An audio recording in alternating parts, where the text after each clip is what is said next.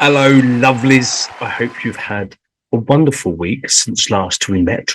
Today, I have a wonderful show for you. I am going all the way to Yorkshire, United Kingdom, to meet singer, songwriter, producer, the wonderful Kim Chuah. You are going to meet him in not so long a time. But I think before we crack on with that interview and I introduce you to such a wonderful person, I think you need to be hearing Kim's music. This song is called Joyride. Enjoy.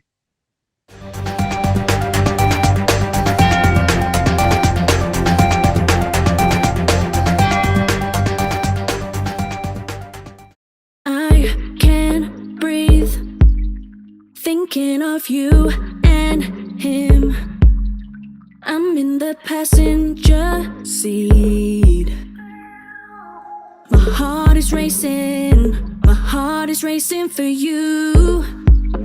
Said you're moving on, drifting apart. What's done is done, but he's sat right next to you. Do you want him to? Well, you're riding round in his car. Do you think about me? In the middle of the night, yeah, that's when you call me. In the middle of the night, and you say you love me.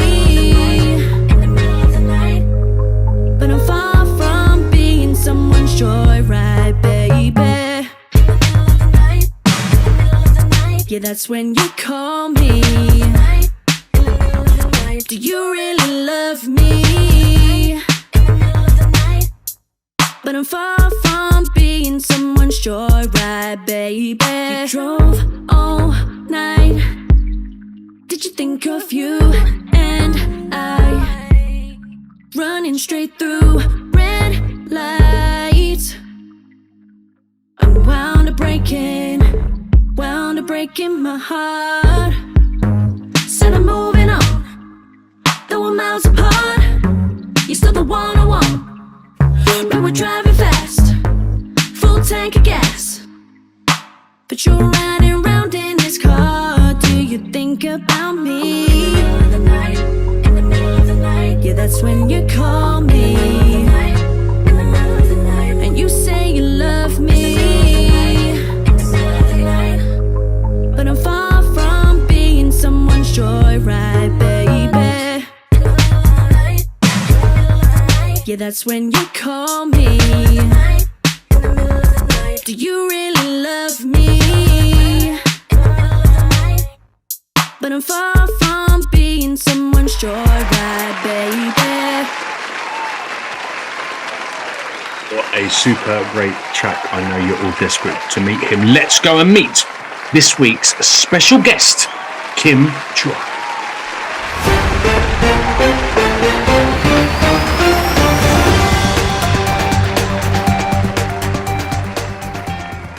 Kim Chuah, how are you? I'm great. How are you? Yorkshire, UK. I'm all right, mate. I'm all right. What's going on in Yorkshire at the moment? It's cold. It's getting dark. It's winter. It's miserable. But it's Yorkshire. It's lovely. Yeah, Yorkshire's beautiful. And more time to do music, right? Yeah. Yeah, lots more time. Lots more time. Dark nights, those long nights, time to get down with your guitar. I'm a night owl anyway, so. Oh, really? Yeah, it's terrible. It's terrible. Well, My sleeping's all off. But hey, if you're creative in that time, it's bloody amazing. If you keep churning out songs like Feels Good to Me and Joyride, then it don't matter if you're awake at night, right? We'll see. Well, there's some more coming. Definitely. Hopefully some bangers. So. Fantastic. So tell me all about you. So let's go back to Little Kim, as in not in the R&B artist, as in you, right, when you were little. Right. What was going on in your life then, musically? Who were your inspirations? What made you think, I want to be a pop star when I grow up? You know what? I mean, there's only really one person, probably when I was younger. It was definitely Michael Jackson when I was younger. Oh, of course. It was all Michael Jackson when I was younger. I've got videos of me in like polka dot pants and slippers. I wasn't allowed to grab my crotch, so I used to grab my belly. Really? I need to dig them out at some point. And just my dad and my mum laughing behind camera, but Yeah, it was pretty much that because my dad was in a band and everything. He was like more like, Led Zeppelin, Deep Purple, all that stuff. Okay. But he really liked pop as well. So we used to stay up and watch Top of the Pops and wait for like the exclusive videos that used to come out, the premieres. Best days of the week they were. Yeah. Top of the Pop day. Yeah. Oh, yeah. it was a Thursday at 7:10 or something like that. I was like, oh my God, that week. I can't even remember, but it's so long ago now, isn't it? I love that bloody show. Yeah, tell me about it. It's really super sad, actually. But yeah, but that's okay. So you were moonwalking around your living room. Well, I tried to. Yeah, pretty much. I mean, I guess it all kind of started, actually, like probably Kylie Minogue before that as well. That's a weird one. Like, if you remember, put your hand on your heart. Funnily enough, I sing lots of pop here in Mexico, and I was going through backing tracks and I found like a whole list of Kylie ones. It's like, I got to be. Oh my gosh. I just downloaded everyone, like all of them. Je ne sais pas pourquoi, The Locomotion on a Saturday. Oh my God, yeah. I sing so many songs I get bored of sometimes the ones that I sing. And I'm like, I just want to sing stuff that I love and it has good memory, good feel, takes me back to that time when it was fucking brilliant music, like it was just it was fun, wasn't it? It was a lot of fun, isn't it? Yeah. So yeah. And they don't normally expect a fat tattooed English boy in the middle of Mexico busting out a mariachi song and then The Locomotion by Kylie Minogue. Everyone's the winner, right? Oh yeah, with your proper London accent, man. Yeah, like, I gotta be certain. Funny now, right? Because like sometimes I sing. Obviously, you have to play with your voice. I can't sing Pavarotti, Nessun Dorma the same way as I'm going to sing, I don't know, Mariah Carey Hero. Like I've got to play with the tones of my voice. But sometimes if there's kids about, because I'm still like classical and opera and musicals and stuff, I will sing, like, I don't know, something from Mary Poppins, like, in a job that must be done, there is an element of fun. And after I've sung the song, I think, shit, I just sounded like Dick Van Dyke through the whole of that. I sound like like an American doing a really bad London accent, but I am London. Like, I understand what's happened. It is weird how, like, when you sing, like, as well, it doesn't matter, like, your accent. Like, you don't like singing your accent as well. No. Like, for English. Yeah, no, absolutely. Unless I sing something like if I sang like the Beatles or David Bowie, sorry, I would. I'd probably sound more London in a London person's song if they were London, like David Bowie as well. But other than that, everyone just assumes that I'm from United States, I guess. Yeah, it's one of those things. It's just such a standard kind of accent that you sing with, isn't it? Especially with pop. Definitely. So you said you liked Kylie. I was a Samantha Fox lover. When she too young. This is what it is. Yeah, I might be too young, Samantha. Say that again. Samantha Fox was a page 3 model back in the day, and she brought out songs like "Touch Me." Touch me, I want to feel your body. And I was really I'm a gay boy, obviously, but I was so completely in love. I even had a Sam Fox pillowcase. No way. I wanted to marry her or be her, to be frank. So yeah, I've had those moments, don't worry.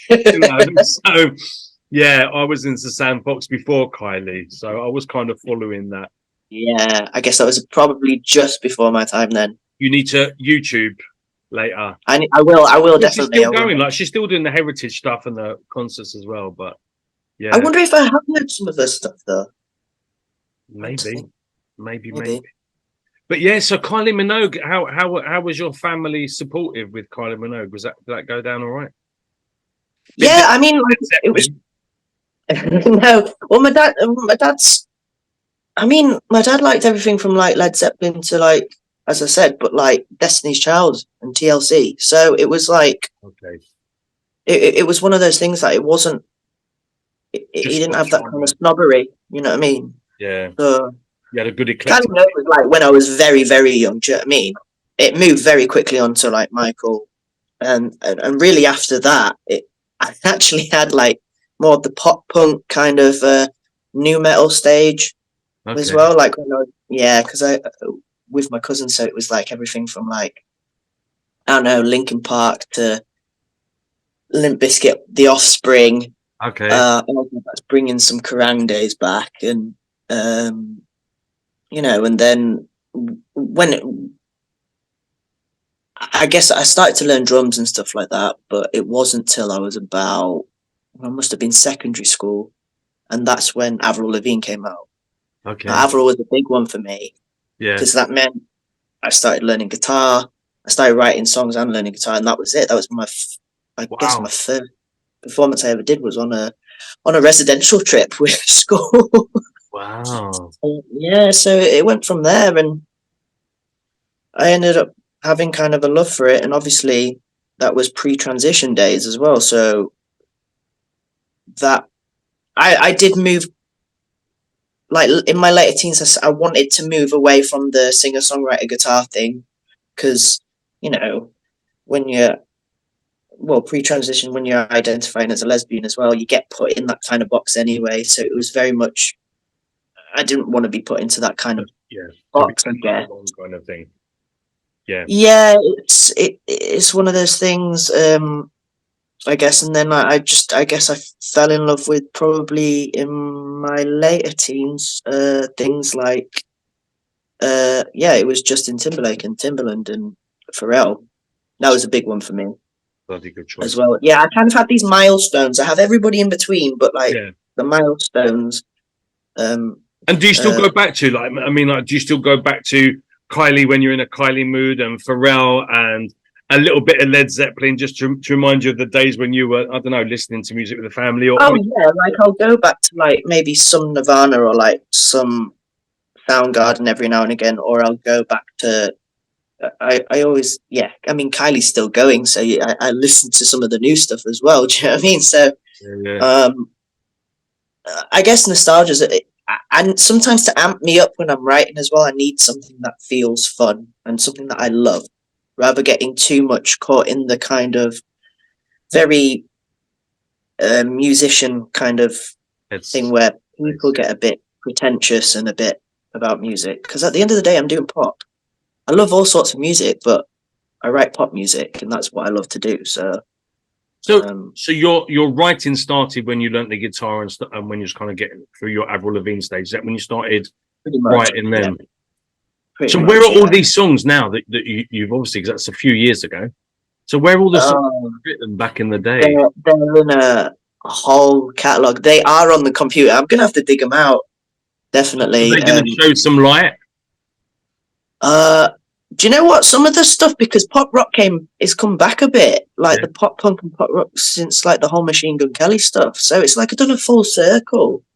So I'm like, there's some stuff that I've written probably when I was about 18 or something, or maybe a bit younger, that could veer its head into that, area again. So we'll see. But it's still Kim being Kim, right? So it don't matter, even if it's not.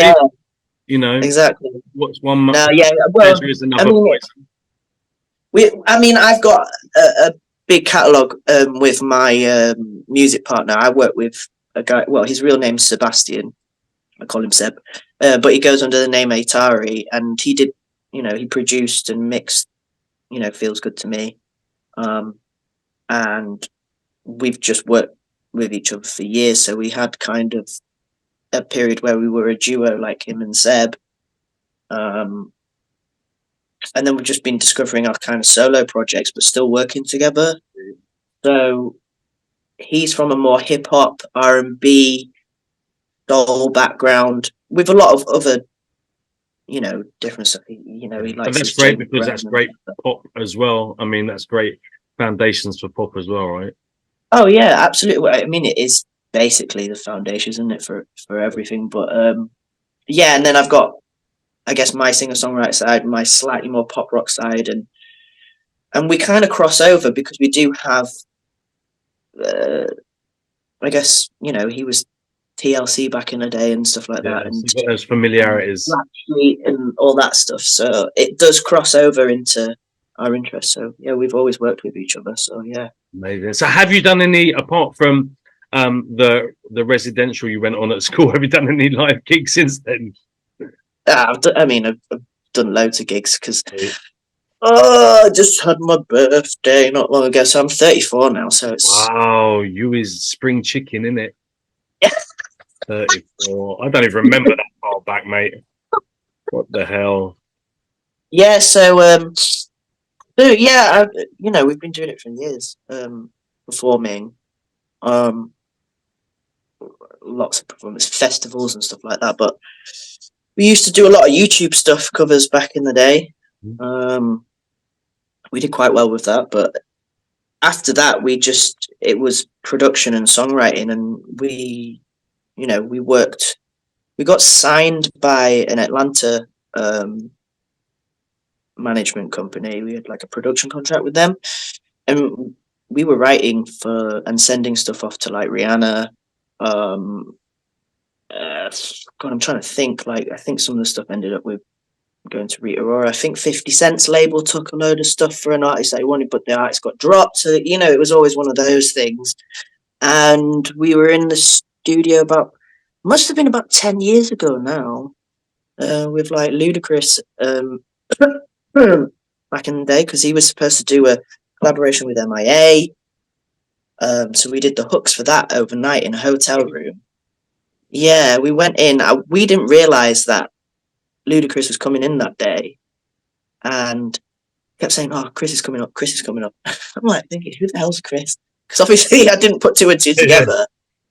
And he came up, and I was like, "Oh, this is so bizarre." It's like the weirdest thing, and he talks like his rap voice. Really? It's like butter,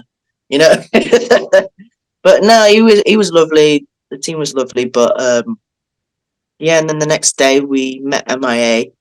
And it was very brief, but yeah. And then the collaboration kind of didn't happen, so it was one of those things. Do you know what I mean? How phenomenal that you got that far.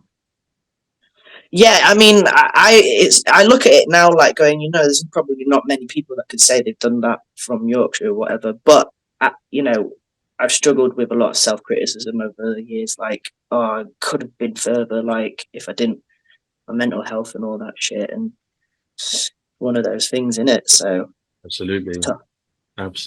But I think I suffered from severe mental health when I was younger. Like, it was really bad, and I think I was offered some amazing gigs that I couldn't do because I didn't have time to process it, and I was very shy and very, my self-esteem was through the floor, really. So when I was like, no, I can't do it. And I sit back now, when I'm picking up dog poo from 27 bloody animals in the garden, I'm thinking, I could have been doing that now, or at least I could have been using that to take me to my next stage, but I couldn't have done it. I don't think I couldn't have done it then. There was too many other things going on. So as much as I went through the stage of beating myself up because I said no, because now I'm older, I don't give a shit if people don't like me as much. I still do. It still affects me if you don't like me, but I'm not out to impress anymore. That's kind of what I mean. Yeah. Because I just needed everyone to love me because my self-esteem was, flawed. Completely. Oh yeah, I'm completely like that. Yeah. But I couldn't have done it then either. Yeah, that's the thing. Even if I'd had the bollocks to kind of say, yeah, all right, then I'll do that, or I wasn't. I don't think I could have actually. I don't think it would have been a progressive next step for me at that point in my life. And if they offered it now, I would rock that shit. Yeah, but back in the day, little Jaden weren't ready for it anyway. So I just think like it's just the way your path travels, right? Just the way you keep going. So, but the fact that I totally agree. Yeah, totally agree. Like, because like you were saying, like you don't know if you could have done it. It's like even if you did do it, like you could have burnt out severely, like straight after, or end up with more mental health than what I fucking started with. Exactly. Yeah, and I remember that point. Like I was saying, like me and Seb were just like working. We were churning out so much music to send off, and it was not back after not back. Oh yeah, we like this, but it didn't go through and stuff like that. And you know what? Like, I remember specifically that day when we were supposed to go in to that studio. It was just kind of a meeting and chill, you know what I mean? And then that day where we were supposed to go in with Ludacris, and I remember like trying to do all night those songs, and my body was just shutting down. Wow. And I was like, something's not right here. I didn't know I had depression. I didn't know I had any of that. Do you know what I mean? Mm-hmm. But I knew that something's not right. I can't get up in the morning. There was no drive anymore, and it just got progressively worse and worse and worse, to the point where we were just like with our manager, who is very successful now, by the way, very successful. He's the co-founder of Love Renaissance. He basically does, I think he's like managing like Summer Walker and stuff like that now. He's like huge. But and fair play to him, he was a lovely guy. But you know, we parted ways because I just couldn't keep up anymore. And I just said to Seb, I don't know if he wanted to stay on with him, but I got to come out because I don't know what's going on, but I can't do it anymore. Do you know what I mean? And then after that, it was just like a massive 10-year hiatus, really. It's just mental health just progressively got worse and worse and worse. You know, suicidal tendencies and stuff like that. Yeah, just one of those things that happen. I understand. I say one of those things that happens as Luke is like, oh yeah, whatever. But no, it's actually, you have to be able. I'm kind of a bit. I mean, I've been through there. Even, you know, there's been recent episodes where I just think I don't get this anymore. Like, it's not my world. It's not my place. What am I doing? Like, I don't. So I kind of understand it, and it is a bit whatever, because on the sense, I think more people will admit they have been in that position than they would like to. I think it's a very natural and a very I think it's part of all of our evolution. I'm pretty sure that somebody, as everyone at some point goes, fuck man, I'm lost. I really am lost. I don't know what's going on at the moment. And then luckily, you, myself, and the other millions that don't do it, we find our way through that. We find our way to the next thing that makes us excited, that feeds our passion, that edifies us or whatever. And we go on that journey, you know. And I think for all those that didn't do it, I think that's it's probably a bit controversial, because I know everyone says that suicide is the wuss's way out. But I think having been close to that, I think it's the fucking bravest thing you can actually do. You know, like to sit there and think, I'm really like, this is not good. I'm making this decision because I can't do this, rather than, you know, I don't think it's like the wusses. It's, you know, everyone says, oh, you know, it's not. And I think it's not something that you can fully comprehend until you're there. Yeah. And I think for anybody, I think the main thing for me is just for anybody who, it's so crap, it's so shit, and you know, it's not something that you can actually explain fully for anybody to kind of fully understand. But I think it's literally a case of,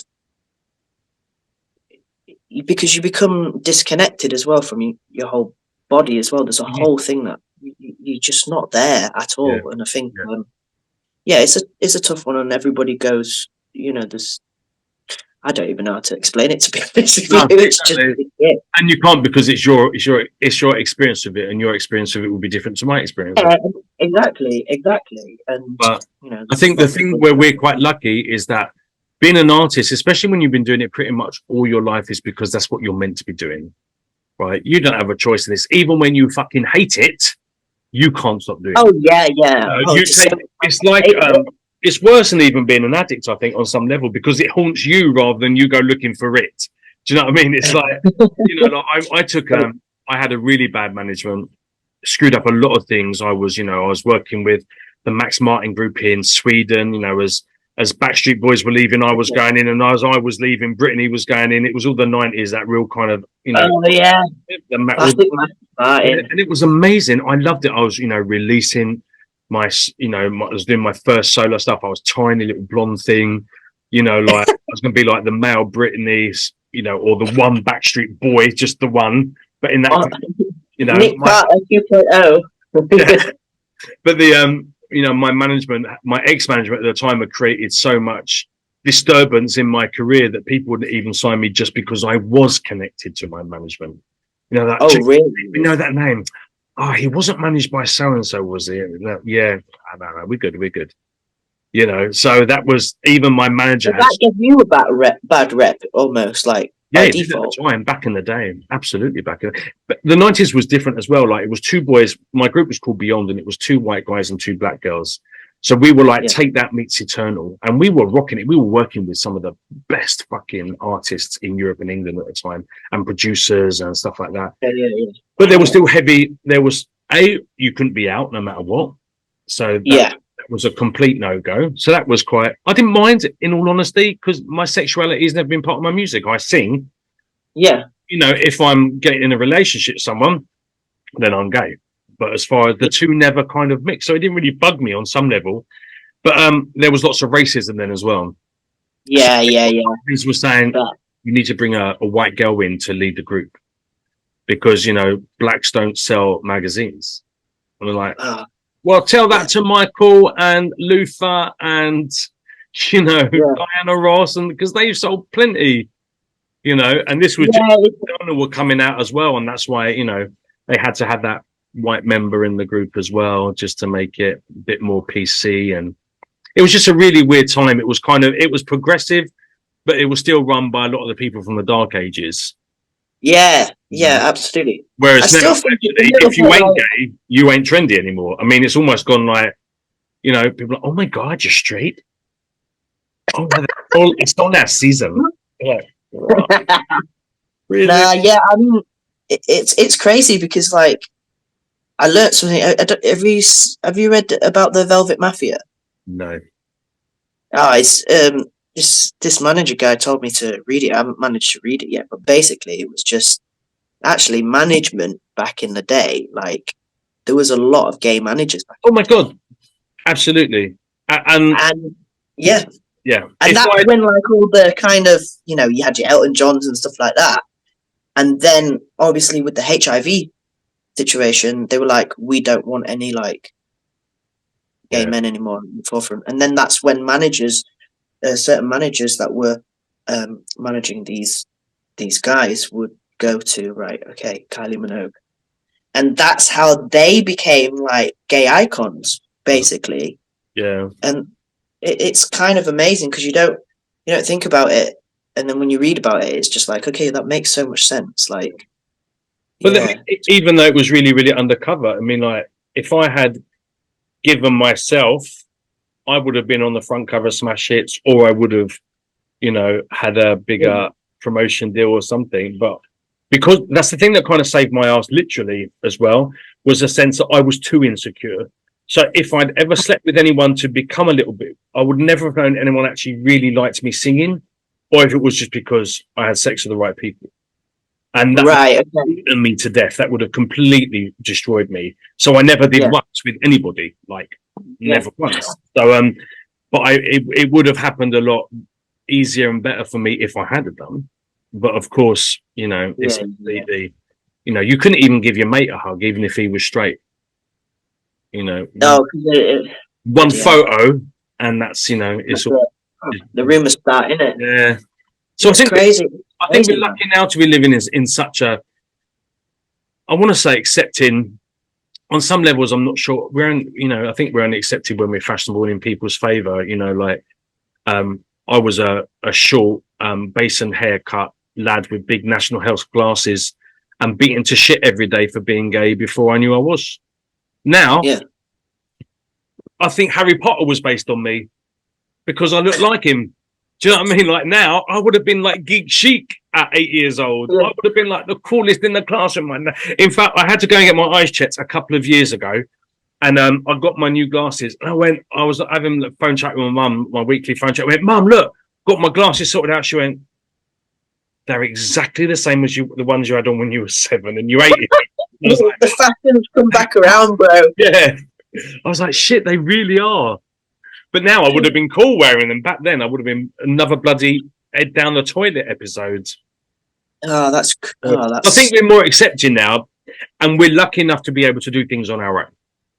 You know, Yeah, like there's still a certain amount of push you need. It depends what your I don't know what your hopes and dreams and expectations are of the industry now, but it's very different now. You know, like if you wanted someone in Leeds or Yorkshire to hear, you had to slog it up from London to do a dodgy 3-song PA in some really weird ass nightclub where everyone was either too pissed or eat off their face to even see you on stage, let alone anything else. Just in the hope that one person might remember your group's name. And then you'll go back in 6 months later and do whatever it was, the Ritzies or the whatever the thing was again. And hopefully 2 people remember because you needed to sell records in Leeds or Nottingham or wherever you were. Whereas now, and I've said this on quite a few of my shows with artists, the fact that, you know, I can be doing an update on my stuff, go for a pee, come back and I've sold an album in Ethiopia. Yeah, it's crazy, man, because random now. You do have a lot more power in that sense. Like, that's the good thing. Like, you can, you know, like, I guess from when me and Seb started, like, it wouldn't be a case of putting your stuff on Spotify. No. Do you know what I mean? Like, you'd be maybe doing some stuff on YouTube, like acoustic covers or whatever, but we still went down to London and tried to force our CD through the door of, you know, record labels, even though it has to be solicited music. Yeah. What that even means, I have no idea. But so we did all that. And then there's been this massive change, and it's partly why me and Seb actually about 5 years ago we went back to do our degree in music. Do you know what I mean? In London, and so that we could kind of just make sure that we were in line with the changes kind of new industry. Yeah. Because you know you've got to keep learning, haven't you? No, absolutely. It's not onward. As it evolves, we have to as well. It's very difficult, you know. And now it's it's actually less about your music and more about your social media presence. Oh, that's the thing that I struggle with. Oh, me too. I mean, I can do a few things. Don't get me wrong, but I released a single like 2 years ago. It was a reggaeton track, so. It was in Spanish and English. So I was doing all the English bit. I'd co-written it with an amazing artist here in Mexico. And lots of record companies were interested. I think there were 2 in Spain and 2 in the US or something like that. They were like, we love this. One was like, you just need to bring the hi-hat down a little bit. And I'm like, well, why can't you do that when you produce it? Yeah. Why do you need us to do it now and spend more money in the studio? Whereas you're going to change it all anyway before you release it. But they weren't interested. And the other ones were like, we love your vibe. We love what you're doing, but you don't have enough YouTube followers. Yeah, well, that's the thing. It's like it swings and roundabouts, isn't it? Because it's like you can do your own stuff. Yeah. And then they're only interested when you start trending. Of course. Yeah. Because then you're guaranteed sale. But to be honest with you, I don't think people need labels anymore. Like, I think absolutely not. I saw this. I think you want to keep your authenticity as well, and if you want to keep who you are, and I say this to, I mean, it's probably a rule for everybody maybe to follow by, but like, you know, if you're definitely part of a minority group, if you're definitely part of LGBT, like, you're better off just, you know, working your way up and working with the right people that you trust and whatever. And they'll come knocking at your door. Yeah. But it doesn't mean that you have to sign straight away. No, absolutely. And you hold the power in your terms. Yeah, absolutely. I mean, when you look back at it, like the deals back in the day, you'd get really great. I mean, we were with the Spice Girl, all that kind of era, you know. So it was amazing. You got offered amazing advances, but that's all they were. You paid that money back. Oh, yeah. Like, it weren't like a gift to you people to go. No, people don't know it. That would come off of your royalties or whatever. The only good thing about back in the day is the record companies only took your sales into account pretty much. There was no downloads then. We didn't have the internet back in the 90s. Yeah. Well, we had it, but not for music. And but all your merchandising and your touring was yours.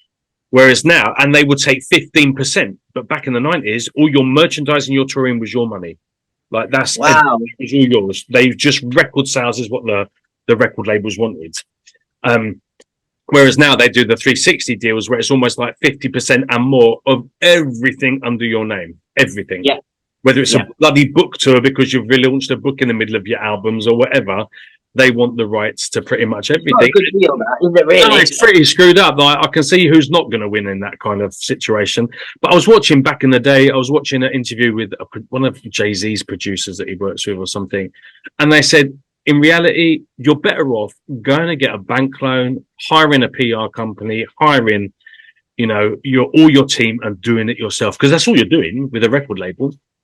But exactly. You just pay your debt back. You don't pay for the rest of your life your percentage of that music. Yeah, and if you don't even make that, people don't even realize you're like literally in debt to them. It's crazy. So actually, what you're doing is completely right. I mean, you're managing yourself. You're calling the shots. You're working with who you want to work with, and I mean, for me, it was like when I was younger, I wanted to be accepted by everyone. So it was all about, I need to make it to prove that. Whereas now I'm more like, I love it most of the time. I can't stop it even if I bloody wanted to. So my expectations are minimal now. So, which means I get more surprises and disappointments. No, I think I'm exactly at the same point as well. Honestly, like, I think, I think I'm exactly at that point as well. Because it's like this, I'm a bit of a people pleaser. I'm a bit of like, always was. I'm not. Obviously, I understand not everybody's perfect and blah blah blah. But for some reason, like the expectation you put on yourself and how people view you, and like I care about what people think. Like as I've gotten older, I'm dealing more with that now, and it kind of goes into your music as well. It's the same thing. It's like it's funny you say like we were on about sexuality and music together. I remember writing songs and I back in the day, and I was like, I can't say she, like, because then people will know, and you don't want to be put in that box, but also you don't know what your reception is going to be. Do you know what I mean? As well, like, there's a fear there, and I think I'm just at this point now where, like, I'm going through my transition now, and I'm at this point where I'm just like, I don't want anybody to be in control of that. I don't want to be. Because also the industry gets a bit like that. Well, we've already got one lesbian singer. We've already got, and we've already got one trans like singer. Do you know what I mean? Like that can take that spot and blah blah. But there's loads of us out there. There's absolutely loads of us out there. But do they have another Kim Chuah? Yeah, exactly. Well, we'll see. That's one of the reasons why I never allowed the two to cross over, was because I don't. It's bad enough you get called and you put into categories anyway just by living, with whatever. Even if people don't know your choices, they assume what your choices are and they put you into boxes.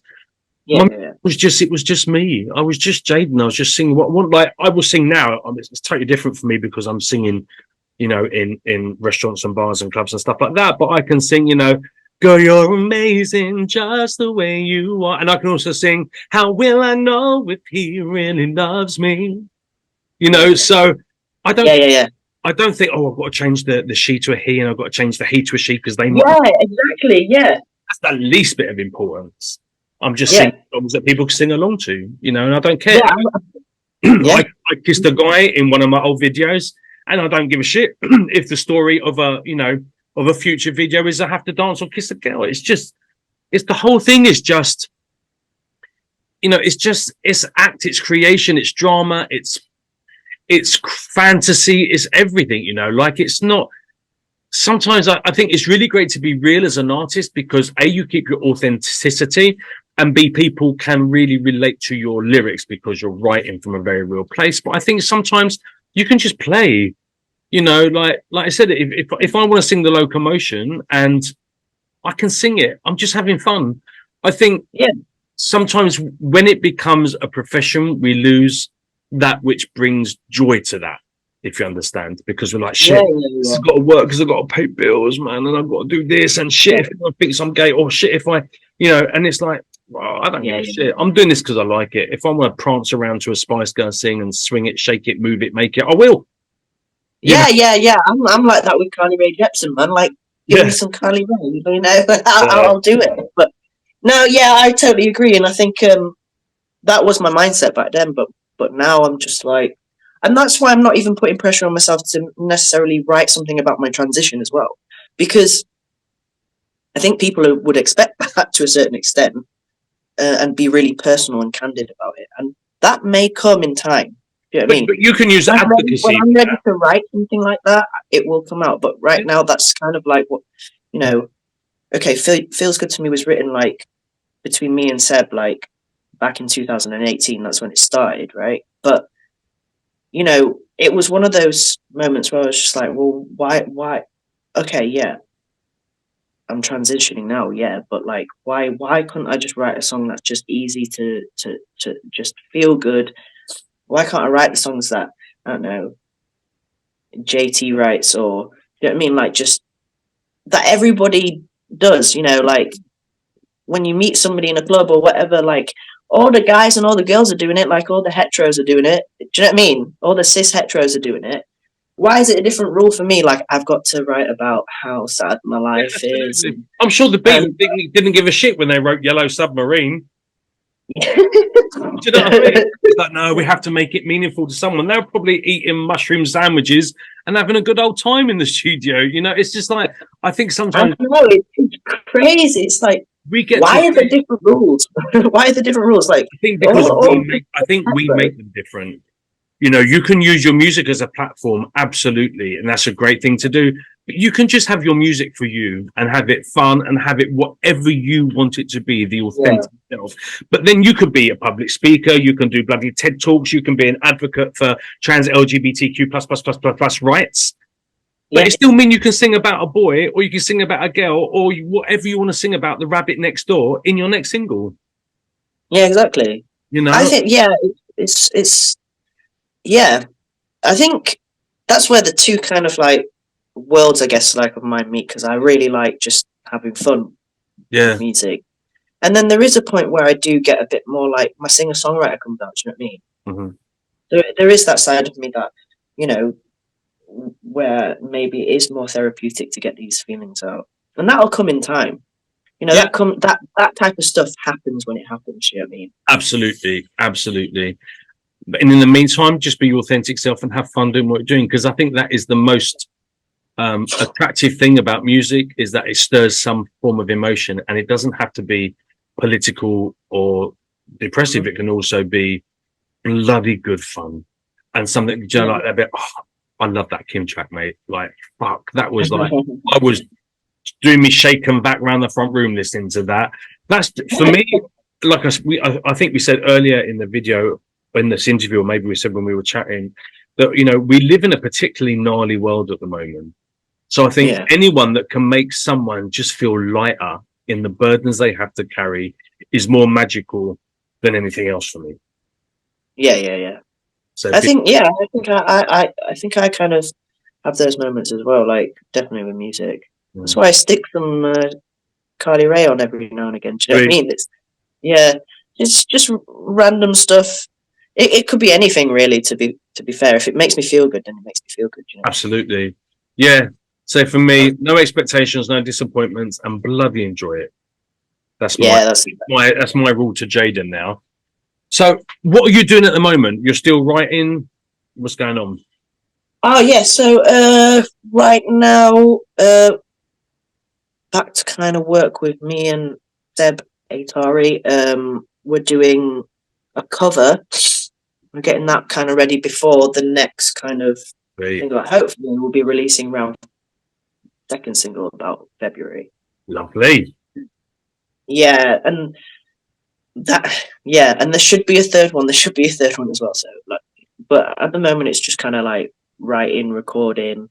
I will be, the thing that I really want to do with these tracks is actually release maybe a B-side to all of them, where it's the pre-trans stuff. So I've actually recorded all of them pre-testosterone and everything. Yeah. So my voice is completely different. I mean, you can hear it on Joyride anyway. But I've seen some of stuff on your YouTube as well, and your Insta. So it's quite. Oh yeah. So you can kind of see like the changes and stuff. But I'd like to, you know, release them as actual tracks on Spotify. So amazing. I guess that's my. Or will you just go for like write, record, release, and just because now I guess I think right now, because I'm basically restarting again. Yeah. Do you know what I mean? Right now it's just write and release. I think just feel good with it, and maybe as you know, as I think as things hopefully pick up and stuff like that, then I'll definitely be doing maybe more bodies of work, maybe an EP or something like that. And I think I'll probably be doing with some stuff in collaboration with Seb as well in the near future as well. So, and hopefully get some featuring artists and stuff like that. But I guess for my solo project, it's literally just, you know, write, release, and then probably as a body of work, release the pre-transition kind of tracks of those. And I think the main thing for that is just, I think, especially in this kind of time period, like with everything that's going on at the moment, especially in the UK, I think that'll be educational for a lot of people to see what it's like as a singer to do the kind of transition thing, but also other like trans artists that are maybe a little bit worried about how the voice is going to turn out. You know, it's not an easy change. There's a lot of breaking.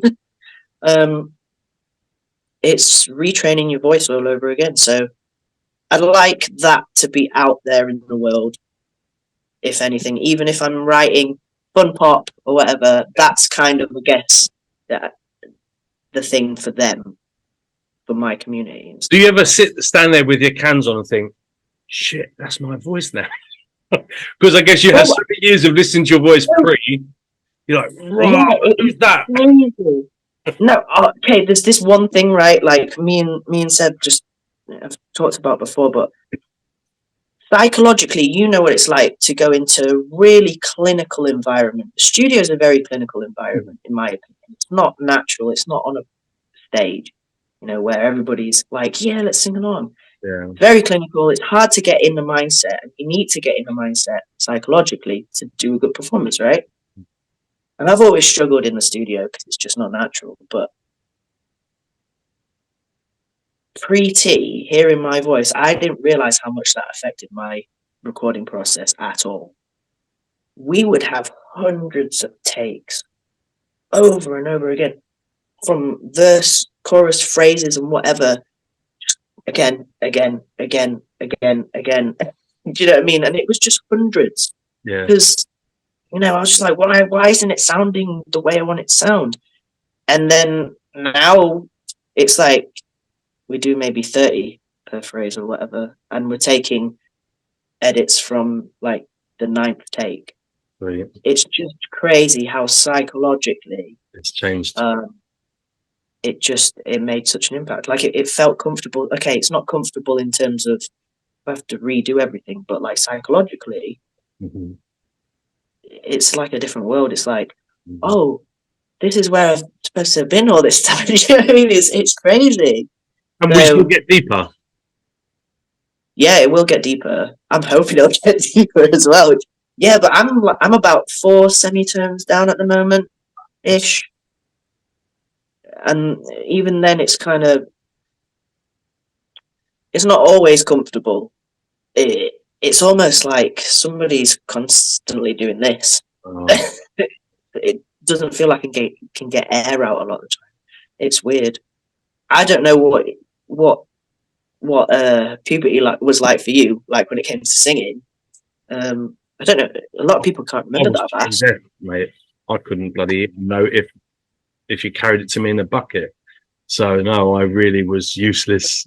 And I've always been I was wanted the higher voice, because all the great boy singers are tenors, and I'm like a baritone boy.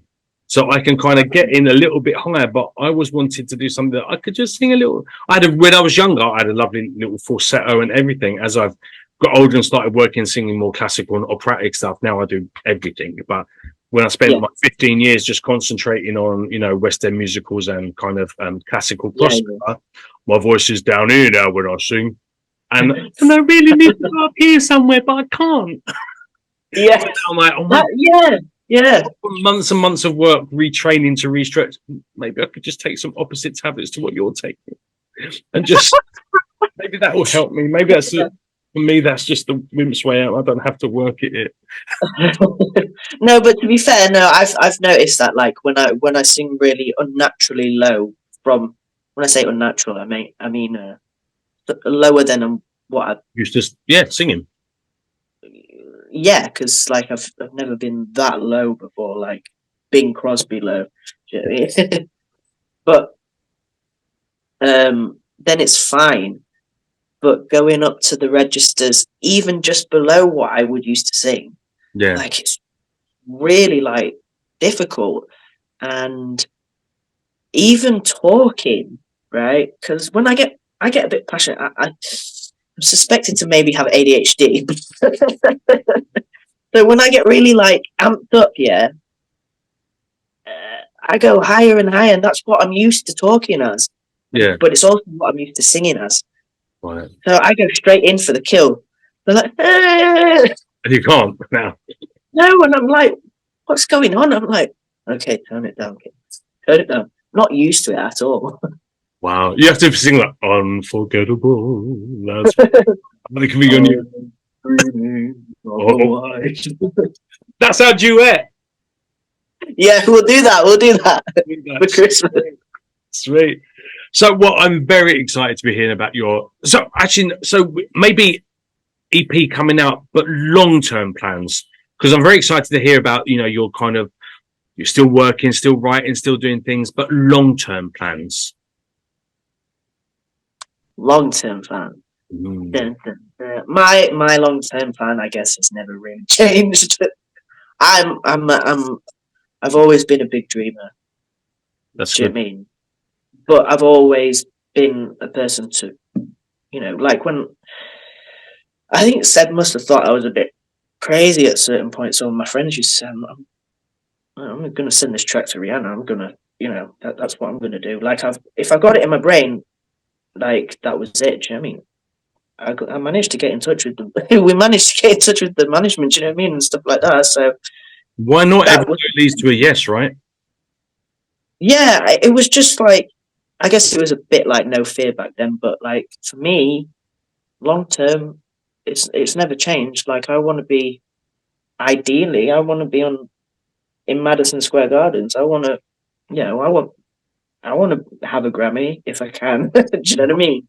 Like I'd love to like do all the greats kind of stuff because I don't know, maybe because I've always looked up to that level, obsessed with like certain live shows and stuff like that I'll watch over and over and over again and just learn and learn and learn and learn. I'd love to be doing that. I'd love to be selling them. Well, if you need a little support act, I think I can get one. Mexico's just south of you in Madison Square Garden, so I could get one sent over. Don't worry. No, Jaden, right? I've got someone for you. His voice is higher than yours now, but it's all good. Hey, well, you never know, innit? You never know. Yeah. You never know. I've always kind of aimed for that. Why not? I had this old saying, and it always stuck with me that if you aim for the ceiling, you'll only get halfway up the wall. But if you aim for the sky, you'll always hit the ceiling. Yeah. So I just always dream bigger than what you plan it. And for me, it was like another thing as well. Like I've worked with loads of people. I've done so much stuff. In my 90s I wish I'd enjoyed it more because it was fucking magical, really, But was just to enjoy every moment. In fact, the destination is the journey itself.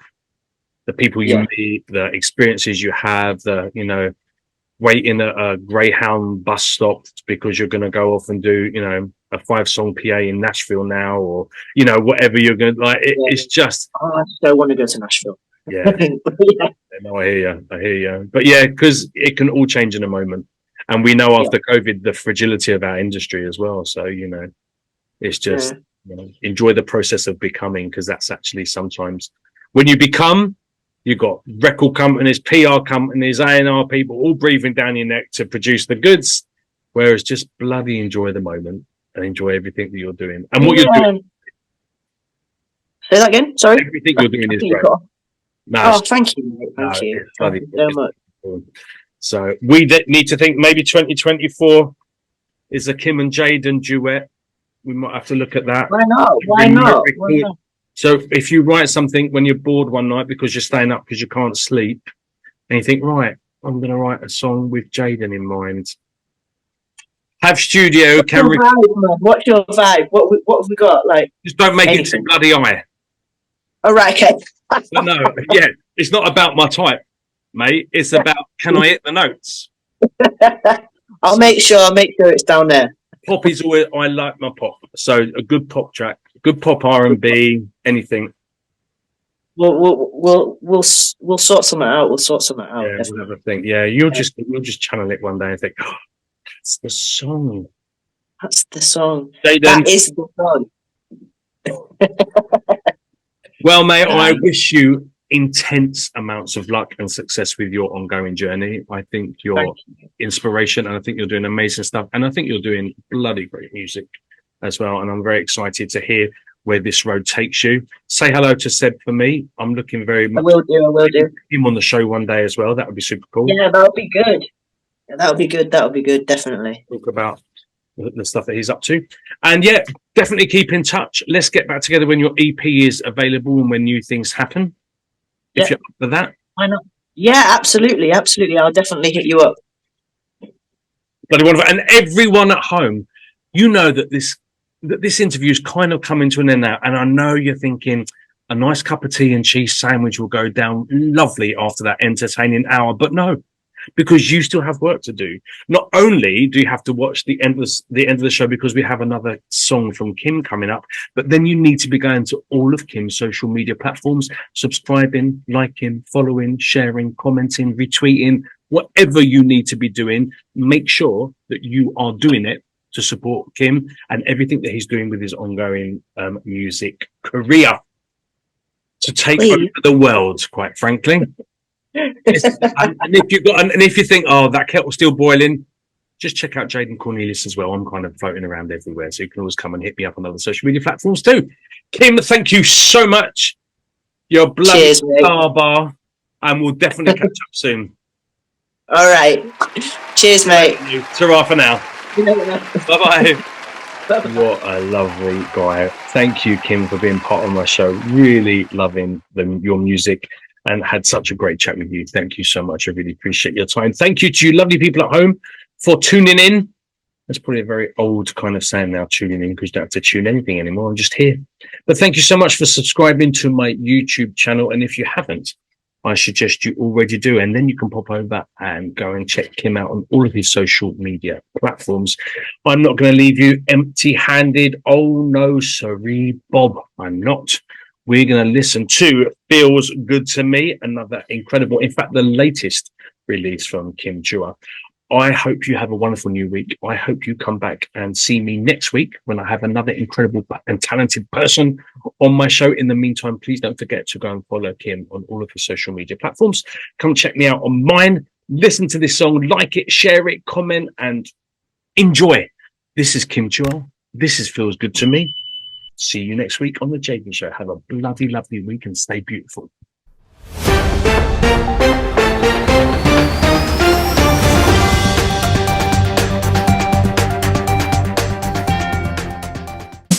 Picture me, capture for the night, looks so beautiful.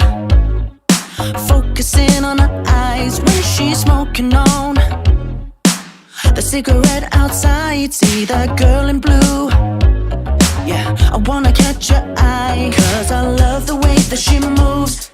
Move a little bit closer, where she putting her hands.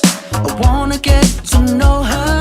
Candy covered lips, can I taste some of that sugar? Get her high off of one hit, wake me up when it's over. We could dance it all night long, in the rhythm, caught in the rhythm. Dance upon one another, kiss me underneath the light. All or nothing, give me all or nothing, give me it to me.